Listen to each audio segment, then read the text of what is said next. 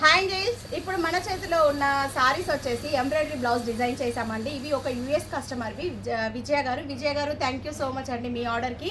So తను మనకి order ఇవ్వడం ఫస్ట్ టైము.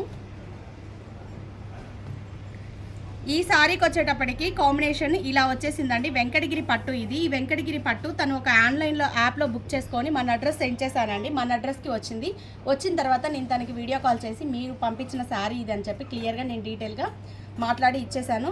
సో అబ్జర్వ్ చేయండి, తను అన్ని ఎంబ్రాయిడరీ వర్క్సే కావాలన్నారు. హైనెక్స్ కావాలి అని అంటే మనం హైనెక్లో ఇలా డిజైన్ చేసాము.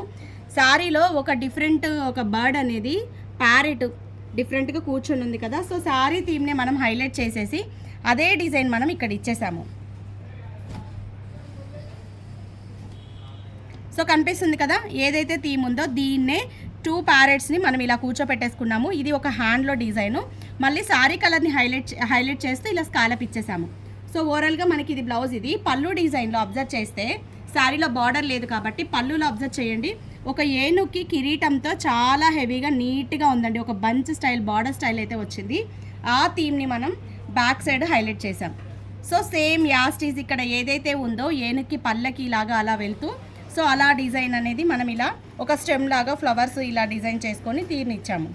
సో ఇదే అండి, కొత్తగా హైనెక్ మోడల్స్ కానీ ఎంబ్రాయిడరీలో మీ శారీలో ఉన్న థీమ్స్ మాత్రం డిజైన్ చేసుకొని ఎవరి డిజైన్ వాళ్ళకే యూనిక్గా ఇచ్చేస్తున్నామండి, ఎవరిది కాపీ చేయకుండా. సో మోడల్ అయితే ఇది ఫ్రంట్ షేప్ వచ్చేటప్పటికి ఇలా ఇచ్చేసాము. స్టిచ్చింగ్ కాస్ట్ వచ్చేసేసి వర్క్ కాస్ట్ 1800 ఛార్జ్ చేసామండి.